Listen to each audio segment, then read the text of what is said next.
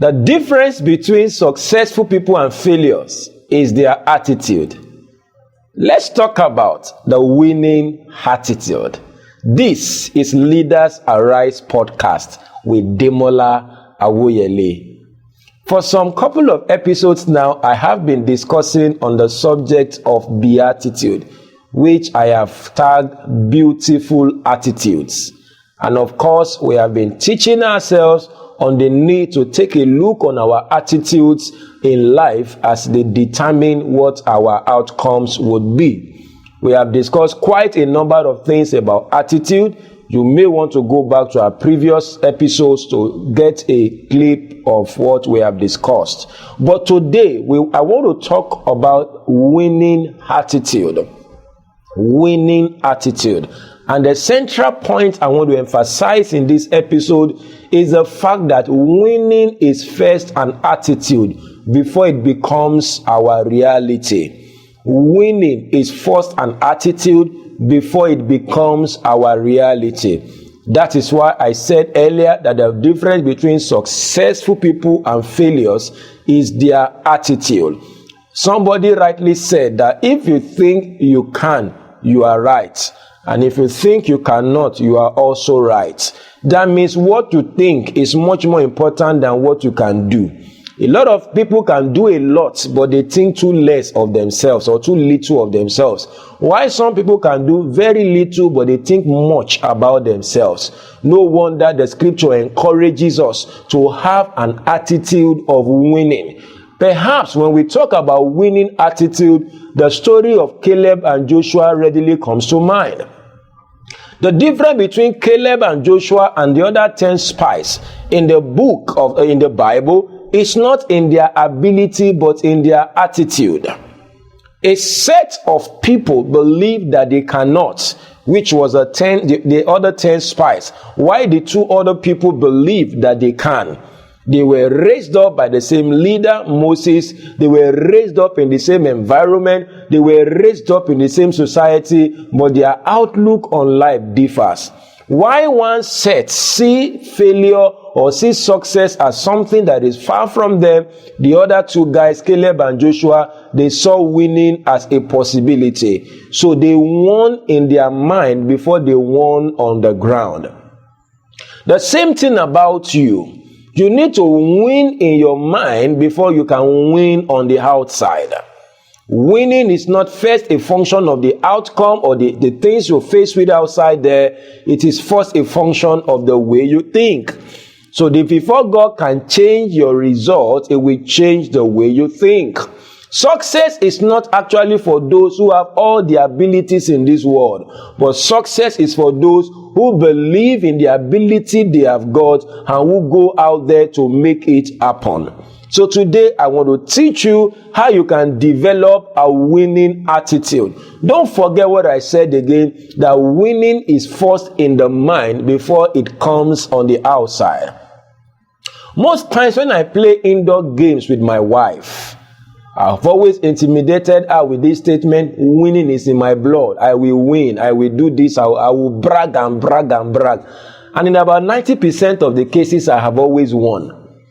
So she now learned that statement from each time I say I will win, she will respond and say I will win also. So the moment she took over that statement and she began to confess she will win, the table began to turn in her favor. So we began to share points. If I win some, she will also win some. But before then, I've always won her. Sometimes give her 5-0, sometimes 10-0. When I play table tennis, one of our guys in church also, or maybe during my day of rest and leisure, I've always told, I'll first of all brag and intimidate him. I said I will win. I say winning is my blood. I don't lose. I'm always winning. Even when the guy mistakenly get one of the points, I will keep saying, don't worry, that was a mistake, I will win. And I've discovered that the more I confess that I'm a winner, the more I confess I will win, everything around me, everything in my system responds or resonates with that. The truth of the matter is this: our body system, our body responds to our thinking and our confession. If you suddenly say you are tired, every organ and system in your body begins to respond in that regard. The liver begins to permit my usage of word, all right, the kidney, what are you still waiting for? Oga has said he's tired, why are you still working? If you suddenly tell yourself, I don't think I can win, your brain begins to absorb that information, your brain begins to shut down. The creativity of your brain begins to shrink because your brain has had something that is giving it a direction. So why must you have an attitude of winning? Because it will determine how much this your body can do. This our body, our brain, our spirit has capacity, but this capacity is limited to our attitude. All right, it's limited to our attitude. So if you tell yourself, I will win, all right, if you tell yourself, I can do this, I can do that, everything within you begins to respond. If you tell your brain there has got to be a way out, we are going to win this contest, we are going to win in this proposal, we are going to win in this battle, we are going to pass this exam, we are going to grow this church. The more you tell your mind, you tell your brain all that, your brain begins to find a way around it, because there is possibility in your brain, there is possibility in your mind, but that your brain will not look out for that possibility unless you communicate a winning attitude to it. So when you tell your brain we are well able, your brain begins to summon up all the resources, all the abilities it has got. When you tell your body we are well able, your body begins to jack back to life. And that might be the major difference between why some people are failing and why some are succeeding. These two people can have the same potential, the same ability, but they get different results. Why? One person believes that he can, the other person believes that he cannot. In fact, the truth of the matter is, a lot of people that we call successful today, they have far lesser ability than failures. A lot of people that are stars and superstars today, they are not as gifted, maybe not as talented as people who are at the wrong side of the ladder. But what's the difference? One person has a winning attitude, the other person has a defeated attitude. Because winning or defeat is first in your mind, is first in your attitude before it manifests on the ground. The second thing I want to make you understand today is that your environment responds in accordance with your attitude. Just like I said, that your body system, your brain respond based on your outlook on life. If you tell your brain we can do it, your brain begins to think about how it can be done. When you tell your brain I cannot do it, your brain begins to shut down. The same thing with your body system. The second thing is that your environment begins to respond based on what you say you can do or you cannot do. If you rise up in the morning and tell yourself, I will get client today, it doesn't matter how much of no's I got yesterday, as I go about my marketing job this morning or today, I'm going to meet with client, I'm going to have good deals today, everything begins to arrange, everything begins to work around to ensure that what you have envisaged and what you have thought out becomes a reality. So you are the decider of your outcome. Your outcome is not a function of how bad the environment is, but it's a function of how your attitude and your thoughts are. Now that might look like a motivation. Maybe that is what it actually is. Because some people are too gifted to be a failure. They are too talented to be a failure. They are too blessed to be a failure. They are too favored to be a failure. But why is it that success seems to be far-fetched from people like that? It is because they have not added this winning attitude to their outlook on life. Why would you say it cannot be done? Why would you say they cannot pick you at the interview? Maybe you were going for an interview, or you went for an interview, and almost everybody had first class. Almost everybody is from maybe private university, maybe overseas, university, Oxford, Cambridge, and all of that. Maybe you even finished from a state university. Maybe you even had a 2-2 or a third class, or at least you are granted an opportunity to attend the interview. Be positive in your attitude. Don't ever say you cannot win. Don't look at the myriads of people that are having the same interview with you and say, no, I don't think I can win. If you think you can, you can. If you think you cannot, you are also right. If you think you can, you can. If you think you cannot, you are also right. I've told you this story before, that while I was on campus, all right, when exams are fast approaching, a lot of my friends will come hang around me because they want to hear some motivation. All right, I will tell them that I have passed this examination. I read physics, electronics for that matter. Most of those courses are quite demanding, particularly when we go to part 3, part 4, part 5, very demanding courses. All right, and I was busy on campus with leadership, with ministry, and all of that. I have very limited time to study and all of that, but I always have a winning attitude. I always tell my colleagues, no matter what, I'm going to pass this exam. I've already passed this exam. So most of them, when they need some motivation, they will come around me. Because they wonder, how can Pastor Demola be talking like this? We know he hasn't read much.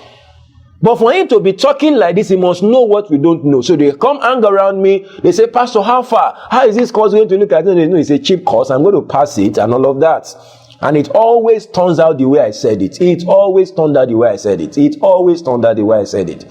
In fact, most of the time, I will get more than them in the result. I'll have more grades than them. I'll have more scores than them. Even though they know more than me, they've read more than me. But the difference between us is our attitude. When I was to write my final year project on campus, all right, project document paper on campus, I remember our supervisor then would bully us. We say quite a number of things. Sometimes he would throw us out of his office with our papers and all that. But I kept telling my project mate, I said, no matter what, I'm going to have an A in this project work. I'm going to have an A. I kept having that winning attitude. I'm going to have an A. It doesn't matter how this man treats us. It doesn't matter how challenging this project work might look. I'm going to have an A. I kept confessing, and most of my colleagues will look at me and say, "How are you talking like this? You have not even done much in your class." I'm going to have an A in this course. The same thing for my master's degree. I kept saying I'm going to have an A in this course, and they all turned out to be like that. Now, don't get me wrong. Attitude alone is not enough. You need actions. You need diligence, which I actually applied also. But diligence, actions without the right attitude, all right, will not fetch you the right result. Because your body, your system, your brain responds based on your attitude. Then most importantly, the environment responds based on your attitude. Can I say this without wanting to go too spiritual about this? There are invisible forces in the environment. In fact, motivational science tells us that. In fact, one quote says, act courageous and unseen forces will act in your favor. I'm sure you must have heard that before. Act courageous and unseen forces will act in your favor. So motivational science calls it unseen forces, but we call it spiritual forces. And spiritual forces are both negative and positive. There are demonic forces, there are angelic forces. And any of these forces can work for you or against you depending on your attitude, because our angels respond based on our attitude. If I tell my angels I'm going out there to get the job, the angels, they are mobilized. They are neutral. They respond to what I think. They respond to what I say. If I say we are getting the job, they swing into action and they start creating possibilities for me. Motivational science calls it unseen forces. Of course, they are unseen forces, but we know what they are. They are angels. There are also demonic forces that the moment you speak negative, the demons go ahead to begin to shut doors against you. I'm not even sure I'm going to get that job. I'm not even sure this church will grow. I'm not even sure I'm going to pass the exam. I'm not even sure the sister will say yes to my proposal. The moment you start saying something like that, start having such defeated attitude, demons begin to swing into action to block doors, to block roads for you. And that's the second reason why you need to take charge of your attitude. Have a winning attitude, because unseen forces, they respond based on your attitude. They respond based on what you think and what you say. Year 2020 is fast wrapping up. What is your attitude like? Do you have the attitude that I'm going to finish this year on a strong note? This is a season where you need all of the motivations you ever need in your life. You need them this period because the pandemic has dealt a big blow on a lot of people. 6 weeks or thereabout, and year 2020 will be over. Accounts are not balancing, things are not adding up, dreams and visions are not getting fulfilled. But God wants you to rise up and develop and release a winning attitude that will help you to finish well and finish strong this year. And it's not expensive, all right, to develop winning attitude. You don't need to have money to develop winning attitude. Yeah, and that's why success is not difficult. Success is not for those who have money alone. Anybody can move from failure to success. Anybody can move from defeat to winning. Anybody can move from impossibility to possibility. Anybody can move from mediocrity to excellence. Anybody can move from backwardness to progress. If only they can take charge of their attitude. It's not that expensive. You don't need money. You just need a change of belief system. And that's why this situation is very important. Change your belief. Change your belief. Change your belief. What do you believe? If you believe you will succeed, you will succeed. If you believe you will fail, you will fail. The other two spies, like I quoted in Numbers 13, they said we are well able, and they actually were well able. The other 10 spies, they said, well, the land is such that it is inhabitant. All right, we are like grasshoppers. All right, in the sight of the giant, because there were giants in that land, and so we were in our sight, and that became their reality. But Caleb and Joshua said, okay, there might be giants in that land, but they are bread for us. The same challenge that the other 10 spies saw in the promised land, they actually saw it as an opportunity. And that's what winning attitude will help you to develop. That you see challenge as opportunities. You see stumbling block as stepping stones. You see obstacles as miracles. You see giants as bread. Rather than seeing them as something that will eat you, you are seeing them as something that you would eat. God has not promised you that it will be easy. God has only promised you it will be possible. But for it to be possible, you have got to have a mindset of possibility, all right, working for you. You got to have a mindset that is possible, mindset that it is doable, mindset that it will work. But if you have a mindset that is impossible, mindset is not doable, mindset that it will not work, you will discover that you keep turning out that way for you. And that's why I want to encourage you as you go into this week, develop a winning attitude. Develop a winning attitude. If you are a child of God, Romans 8:37 already tells us that yes, in all these things we are more than conqueror. So by destiny, you are a winner. By election of grace, you are not just a conqueror, you are more than a conqueror. In Christ, your winning has been concluded before the journey started. In Christ, your success, you are not a failure trying to succeed. You are a success manifesting your success on earth. You are not a failure trying to succeed. You are a success giving expression to the greatness of God on your inside. So you must not see yourself as somebody who is a failure, who is trying to succeed. I'm already a success. And there's no gainsaying that. I'm already a victor. I'm already more than conqueror. I already have what it takes. Like Apostle Paul said in Philippians 4:13, I can do all things through Christ that strengthens me. So if by destiny and by election of grace, all of those has been concluded on your behalf, what you now need is to make that your thinking, make that your mentality. Never think yourself a failure. Never see yourself as a failure. Never see yourself as a defeated foe. Never see yourself as somebody that is good for nothing. Never see yourself as somebody that cannot make headway in life. Rather, see yourself as somebody that has winning in his destiny. See yourself as somebody that has what it takes to make success out of your life and your endeavor. This singular shift in your mindset can be the difference between your results in life.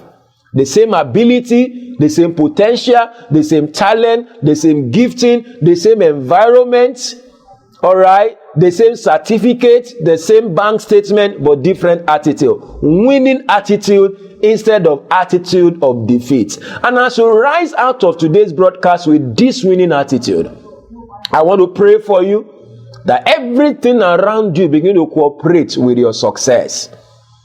Like motivational science taught us, unseen forces, I call them angels.